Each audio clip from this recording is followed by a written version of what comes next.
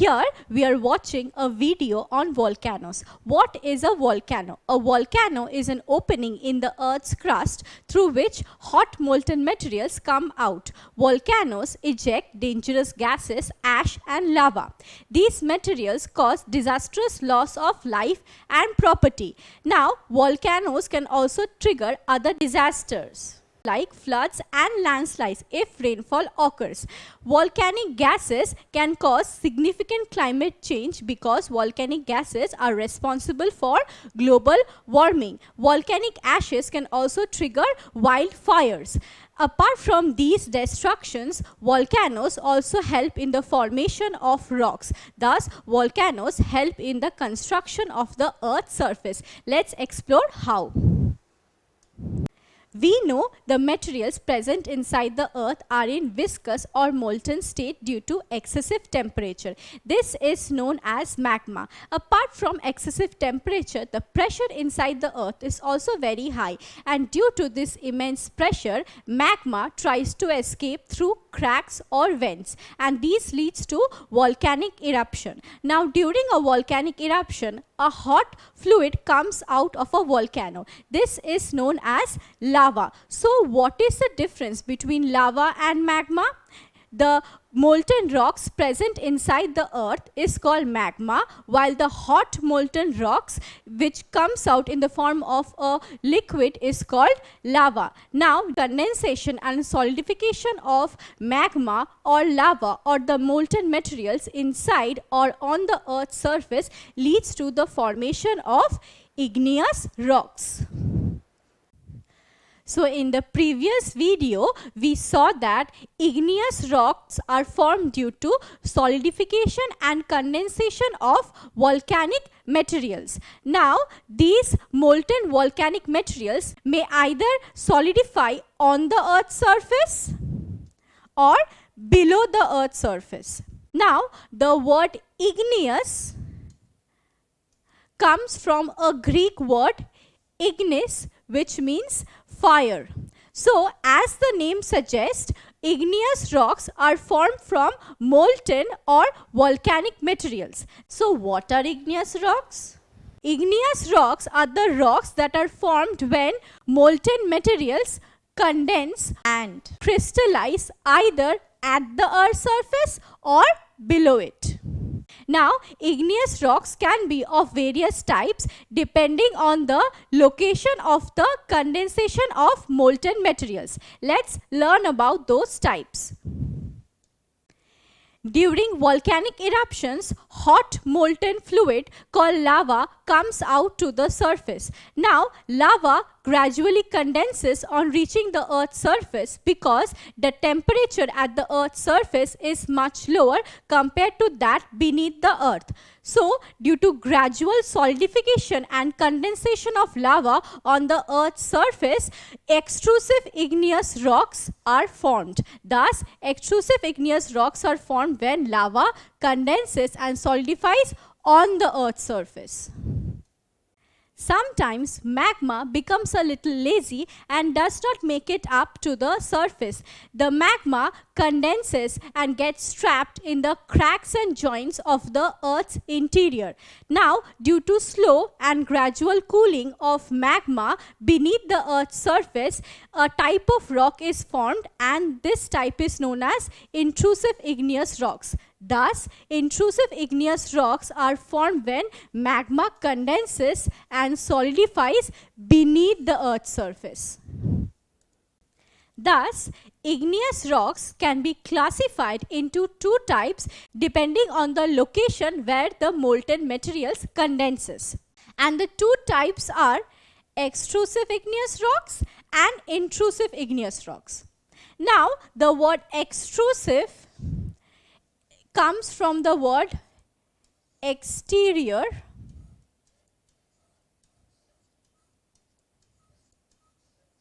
where exterior means outside. Thus, extrusive igneous rocks are the ones that are formed above the Earth's surface. Now, the word intrusive comes from the word interior.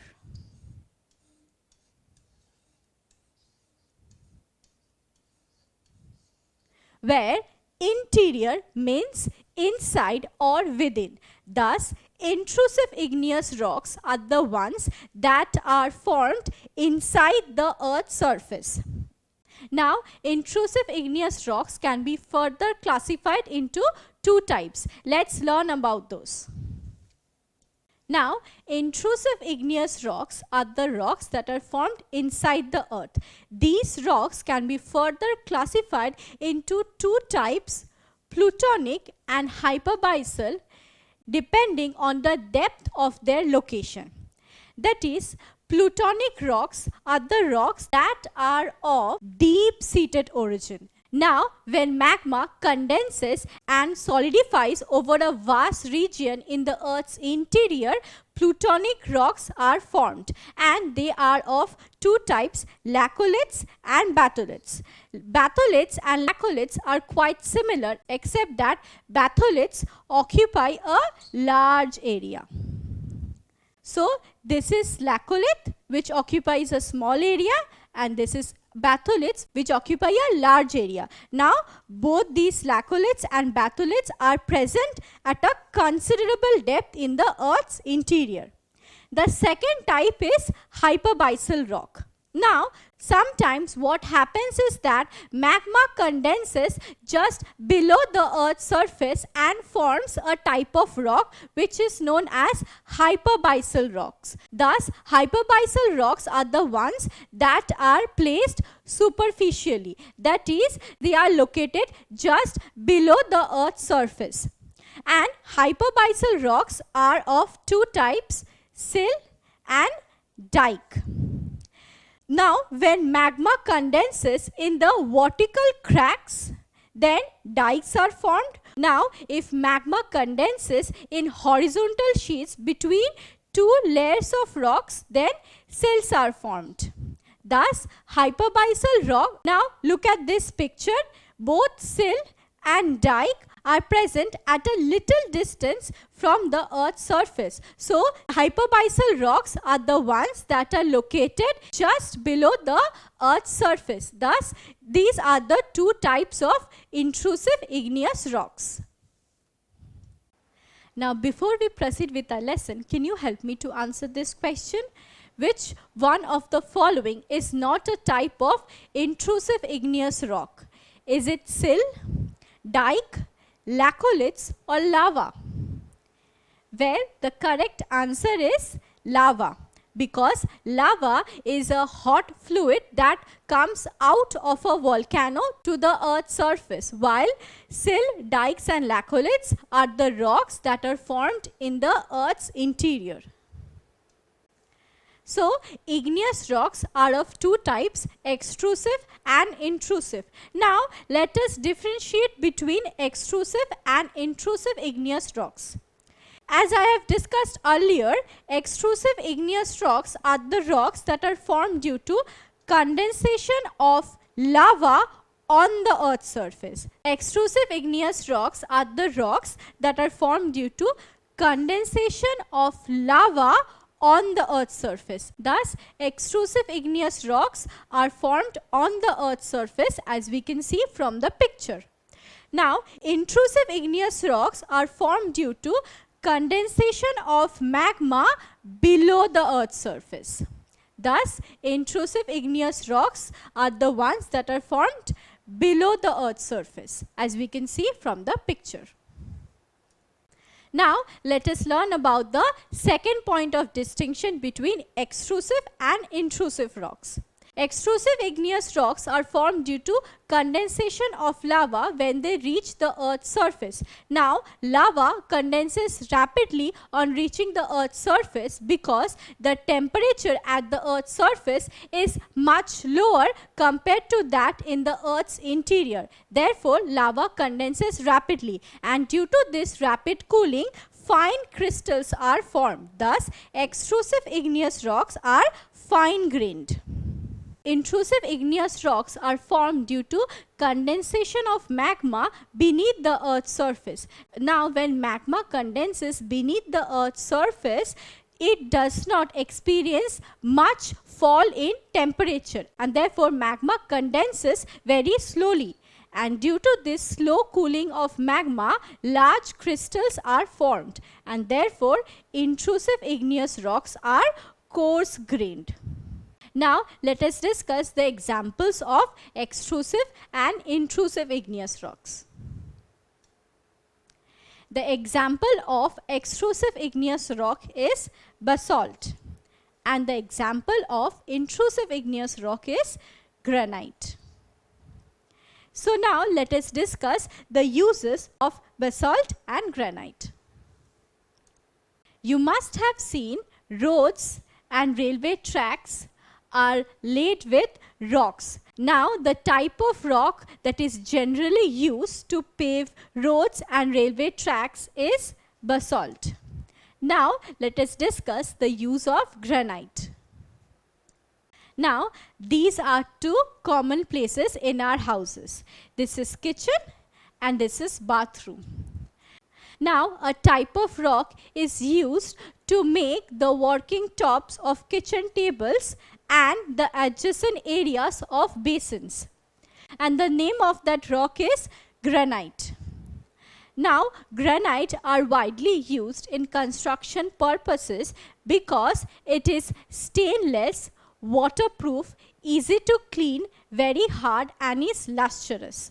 Thus granite is commonly used in buildings. Now look at the pictures of these two rocks. The first one is of granite and the second one is of basalt. Now, do you see any difference in their appearances? Yes, the two rocks look quite different from each other. As you can see from the picture, the first one, that is granite, is light in color, coarse grained and have large crystals. On the other hand, basalt is dark in color, fine grained and have no crystals.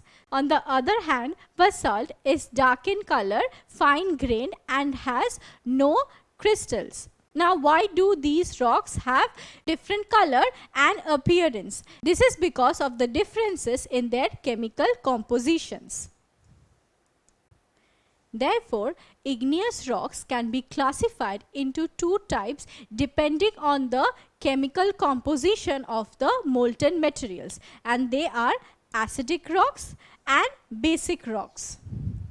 Granite is an example of acidic rocks. Acidic rocks are generally light colored, coarse grained and less dense. That is, these rocks are more compact.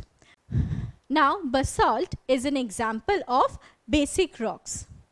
Basic rocks are dark in color, fine grained and more dense. That is, they are more compact. Now let us discuss the next point of difference between acidic rocks and basic rocks. Acidic rocks have high silica content and therefore they are light in color, and they also lack iron and magnesium. On the contrary, basic rocks have high content of iron and magnesium and they have low silica content and therefore they are dark in color. Thus, these are the difference between acidic rocks and basic rocks. Apart from these, there is another variety of igneous rocks based on the chemical composition, and those rocks are very basic. Now, the igneous rocks that are very basic are called ultra basic igneous rocks. These rocks do not have any silica content and they are rich in ferrous or iron and magnesium. The example of ultra basic igneous rock is carbonatites. Now here we have a summary chart on different types of igneous rocks. Igneous rocks can be classified into two types based on origin, and they are extrusive igneous rocks and intrusive igneous rocks. Extrusive igneous rocks are formed above the Earth's surface, while intrusive igneous rocks are formed inside the Earth. Intrusive igneous rocks can be further classified into two types, that is plutonic and hyperbasal. Igneous rocks can also be classified into 3 types based on the chemical composition of the rocks, and they are acidic rocks, basic rocks, and ultra basic rocks. So now we know what are igneous rocks and different types of igneous rocks. Let us now discuss about the characteristics of igneous rocks. Igneous rocks are formed due to condensation and solidification of molten materials. So igneous rocks are formed from molten materials. Now, since igneous rocks are formed from materials present inside the earth where there is excessive temperature, their organic matter cannot exist, and therefore igneous rocks lack organic matter like fossils. Now, another characteristic of igneous rock is that they may be fine-grained or coarse-grained. If igneous rocks are formed due to rapid cooling of lava, then they may be fine-grained and do not have crystals at all. While if igneous rocks are formed due to slow cooling of magma, then large crystals are formed and they are coarse-grained. Now, igneous rocks are formed from molten materials. These materials are present inside the earth. So, igneous rocks are the first rocks to be formed on the earth's surface because they are formed from solidification and condensation of materials that are present inside the earth. And due to this reason, igneous rocks is also known as primary rocks. Now, other varieties of rocks like sedimentary rocks and metamorphic rocks are formed directly or indirectly from igneous rocks, and due to this reason, igneous rocks are also known as parent rocks. Thus, igneous rocks are the primary rocks or parent rocks because they are the first rocks to be formed on the surface, and other rocks are derived from them. Now you must be wondering where we can find igneous rocks. To understand this, let us compare these two maps. This map shows the volcanic regions of the world. The distribution of volcanoes are represented by this red triangle, and this red triangle shows where on the earth volcanoes are found. Look at this map. This map shows the volcanoes are found in this belt of the continents and in this belt of the continent. Now look at the map of igneous rock. The igneous rocks are also distributed in this belt of the continents and in this belt of the continents. Thus, from these two maps, we can understand that the distribution of volcanoes coincide with the areas where igneous rocks are found. And why is that so? This is because while we discussed that igneous rocks are mostly formed from volcanic activities, that is, igneous rocks are closely associated with volcanic activities, and due to this reason, igneous rocks are mostly found in the volcanic regions. So, in today's video, we learned what are igneous rocks. Igneous rocks are the rocks that are formed from condensation and solidification of molten materials. And finally, we learnt about different characteristics of igneous rocks. In our next videos, we will discuss about other two types of rocks. Don't forget to subscribe to our channel and hit the bell icon. You can also register for free at DeltaStep.com or download the DeltaStep app to learn one-to-one with our amazing teachers or to get access to our 5,000 amazing videos as per your school syllabus. Master each topic with our adaptive practice technology. Get million-plus questions with step-by-step solutions and unlimited mock tests. Get all your doubt resolved instantly. Learn via games and win amazing prizes like PlayStations and iPads. So at DeltaStep, learning is not just fun and easy, but it's rewarding too. So register for free now.